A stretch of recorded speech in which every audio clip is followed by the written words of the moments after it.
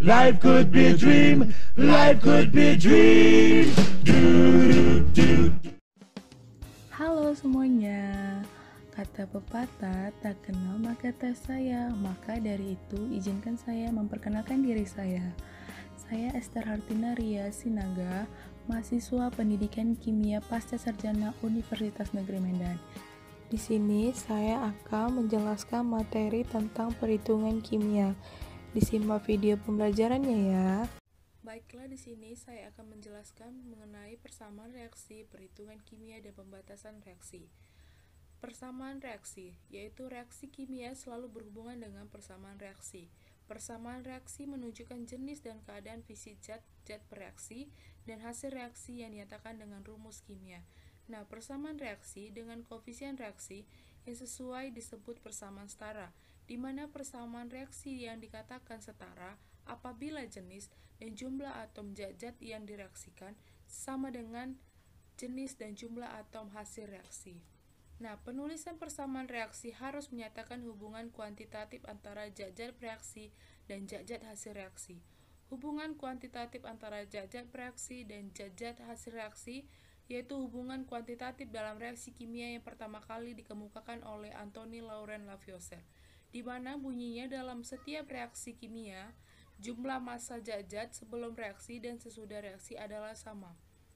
Hukum kekekalan massa merupakan pedoman untuk menyetarakan reaksi, sehingga dalam suatu persamaan reaksi, diperoleh jumlah atom-atom zat yang bereaksi sama dengan jumlah atom-atom zat hasil reaksi.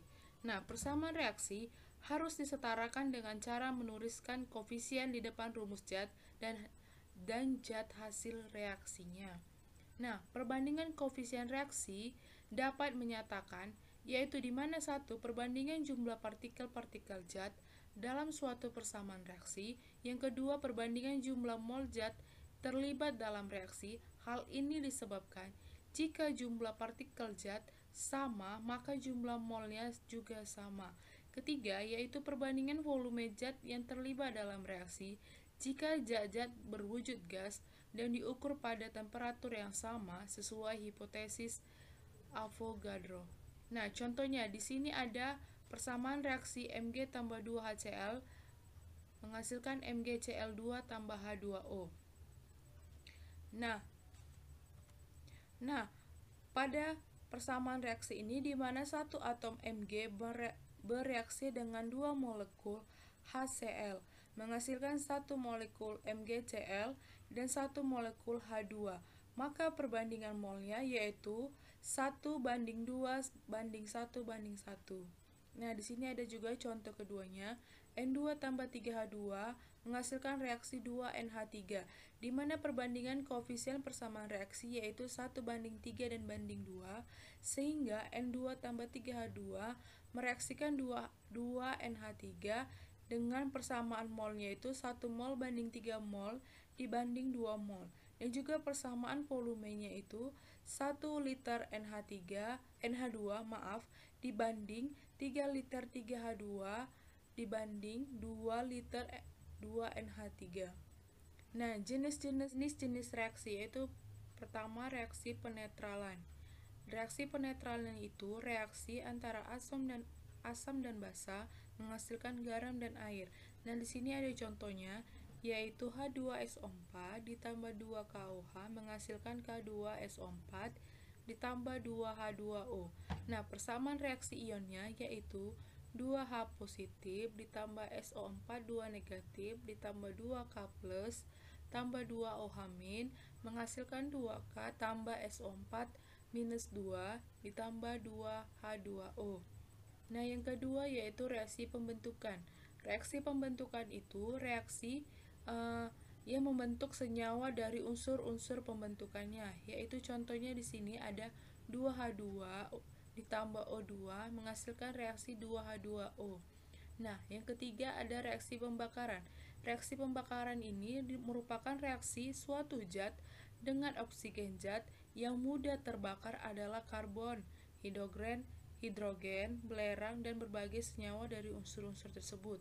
Nah, contohnya di sini ada senyawa atau unsur CH4 tambah 2O2 menghasilkan CO2 tambah 2H2O. Nah, perhitungan kimia.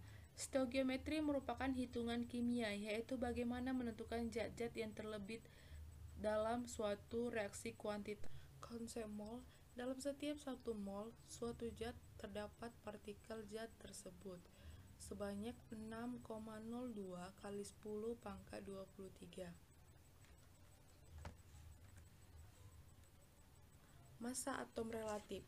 Massa atom relatif suatu unsur adalah harga rata-rata massa atom relatif dari isotop-isotop menurut kelipahannya berdasarkan atas nukleida karbon 12 yang mempunyai massa 12 tepat.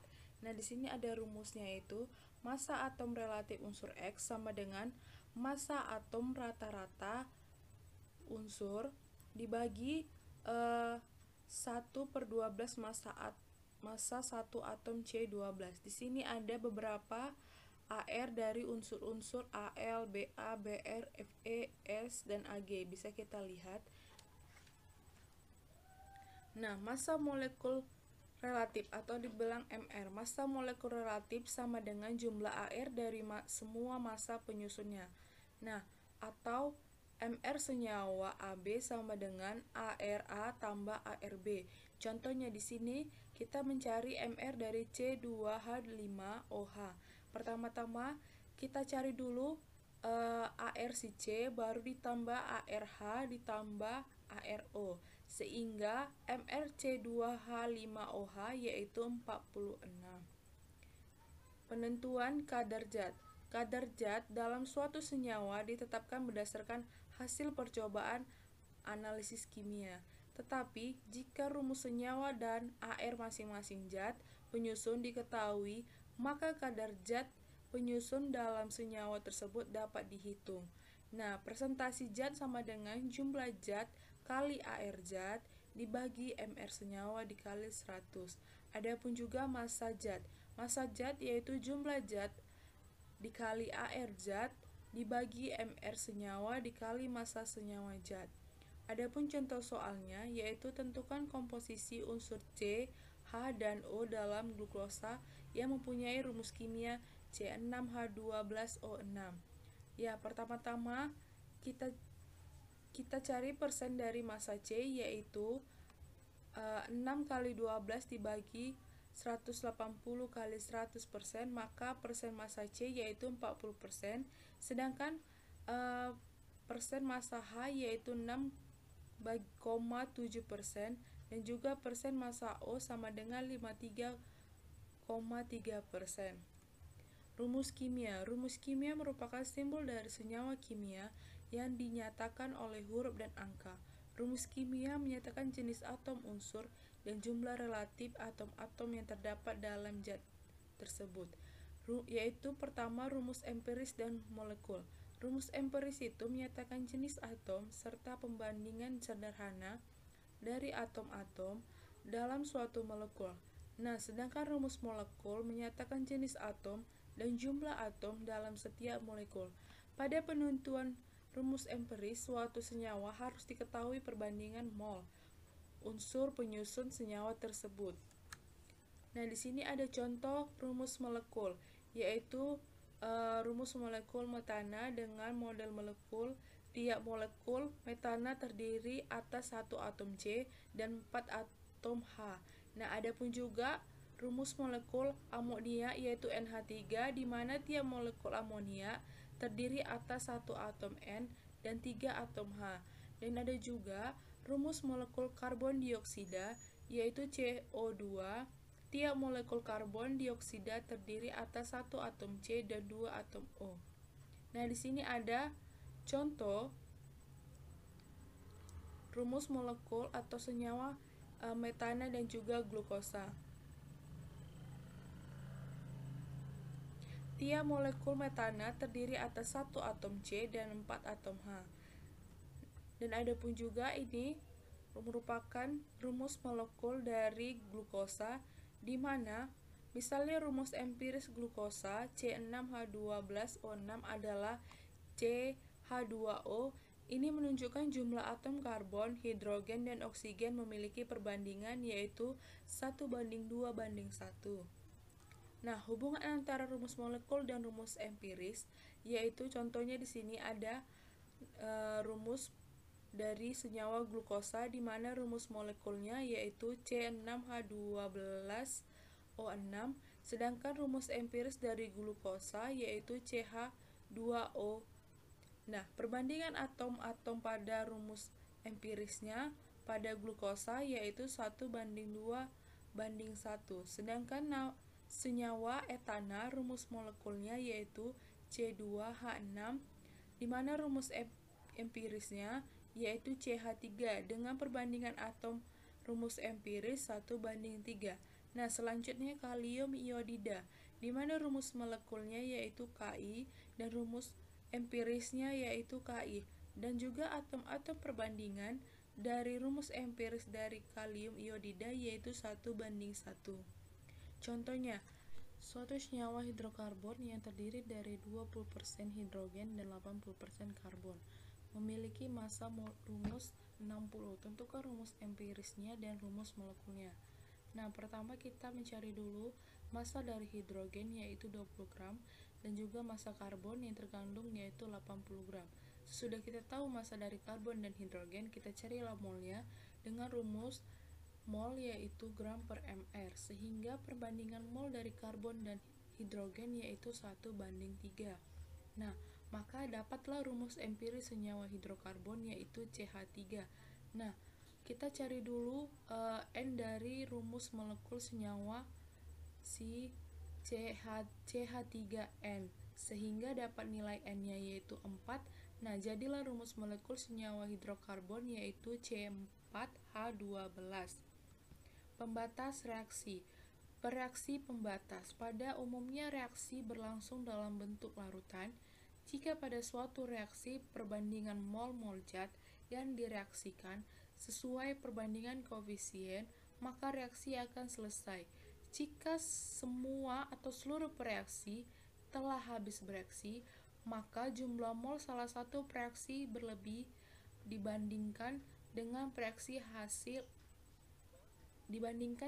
reaksi lainnya, maka reaksi akan selesai.